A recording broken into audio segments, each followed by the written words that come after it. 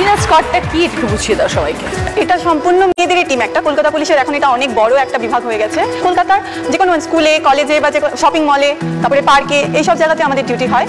দিদি, এটার মূল কাজ হলো আমরা ইভটিজিং এর প্রতিরোধ করি, যাতে মেয়েরা নিশ্চিন্তে ঘুরতে পারে বা কলেজ যেতে পারে, একটা ছেলে পেছন থেকে কোনো টিজ না করে। এটা হচ্ছে আমাদের মূল উদ্দেশ্য। এর পরেও মানে অন্যান্য যদি কোনো তাদের সুবিধা অসুবিধা হয়, আমরা স্পটে মানে পেট্রোলিং করি। এবার যদি স্পটেই আমাদের কেউ বলে যে আমরা এই প্রবলেমে আছি, আমরা ওখানে ইনস্ট্যান্ট অ্যারেস্ট করতে পারি। তো তুমি কিভাবে যুক্ত হলে মধুমিতা? ছোট থেকে আমার বাবা কোনোদিন আমাকে মেয়ে ভেবে দেখেনি, সবাইকে বলতো আমার একটা ছেলে আছে।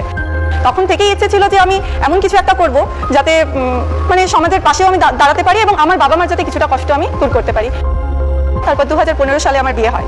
বিয়ের পরে হাজব্যান্ডের সাপোর্ট অনেক পেয়েছি। 15 সালেই আমি এই চাকরির ফর্মটা ফিল আপ করি এবং বিয়ের পরেই পরীক্ষা হয়, পাসও করি। আমি 2017-তে জয়েন করি। যেদিন আমাদের মানে ট্রেনিং শেষের দিকে, তখন এক সিনিয়র অফিসার এসে আমাদের বলেন যে একটা কলকাতা পুলিশের নতুন টিম হবে, মানে শুধু মহিলাদের টিমটা হবে, একটা করে তোমাদের স্কুটি বা বাইক দেওয়া হবে, তাতে 2 জন করে থাকবে, কিন্তু তোমাদের কাজ হচ্ছে দিনে হোক রাতে, মানে সারা রাত সারাদিন এরকম। আমরা তো মানে ডিউটি করি 24/7, কিন্তু পেট্রোলিং করতে হবে। তো আমরা তারপরে বাকি, কারণ রাতে তো আমাদের প্রথমেই বলে দিয়েছিল নাইটে হবে। এবার তারপরে আস্তে আস্তে সবাই এগিয়ে আসে, ট্রেনিং হয়। তো ধরো 18 থেকে ভালো খারাপ তা একটা অভিজ্ঞতার কথা বলছি দিদি।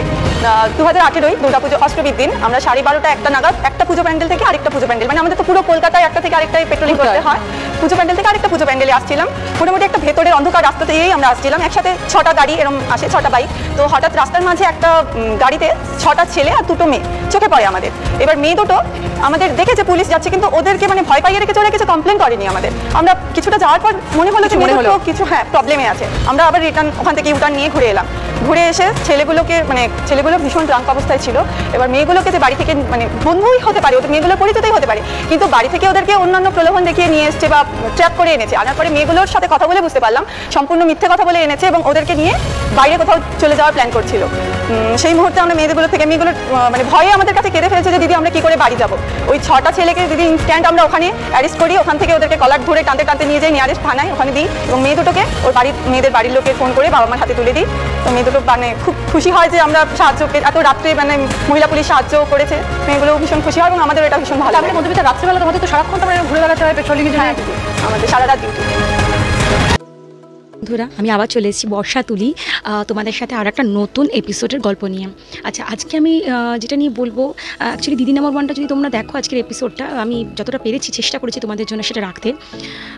ভিডিওটা মানে কি বলবো, আমার শুনে গায়ে কাটা দিয়ে উঠলো যে মেয়েরা যে এই যে উইংস, আমি কিন্তু যখনই মোটামুটি কলকাতার রাস্তায়, আমি খুব মানে আগের কথা বলছি, আমি গেছি মহিলা পুলিশ এরকম 4-5টা বাইক স্কুটি নিয়ে এরকম গেছে, তারা সারা রাত ধরে তাদের সংসারপাতি সব ছেড়ে এরকমভাবে তারা আমাদেরকে পাহারা দেয়। তো আমার এখানে একটাই বক্তব্য যে প্লিজ যারা তোমরা এরকম ট্র্যাপে পড়ছো, মানে যে ম্যাডাম আর কি বললেন, মধুমিতা মহাপাত্র ম্যাডাম আর কি বলছিলেন, তা আমি তোমাদের সবার কাছে একটাই রিকোয়েস্ট করতে চাই যে প্লিজ এই যে ট্র্যাপে পড়ে যাওয়া বা এই যে ফোনে কারোর কথা শুনে চলে যাওয়া বা সেটা বিশ্বাস করে রাত্রেবেলা বেরোনো, তোমরা বিশ্বাস করো বা আমরা ভীষণ চিন্তা করে। তো সেক্ষেত্রে সবসময় যে পুলিশ এসে হাজির হতে পারবে, যে উপস্থিত হবে তোমাদেরকে দেখবে, এরকম সিচুয়েশন নাও হতে পারে। দিদি নাম্বার 1-এর মঞ্চ থেকে আমরা এটাই জানতে পারলাম যে আমাদের আরও কতটা সিরিয়াস হওয়া উচিত আমাদের মেয়েদের। আরও যারা ছোটো ছোটো বাচ্চা মেয়েরা আছো, যারা ভাবছো যে এইরকমভাবে কাটাবো, এইখানে যাবো, রাত্রেবেলা বয়ফ্রেন্ডের সাথে ঘুরবো, তোমরা জানোও না যে আমি বলছি না যে সবাই ভুল, ঠিকও আছে, কিন্তু প্লিজ এই রাত্রেবেলা বা এইভাবে বেরোনোটা তোমরা অ্যাভয়েড করো, কারণ সব সময় কিন্তু পুলিশ এসে আসতে পারে না।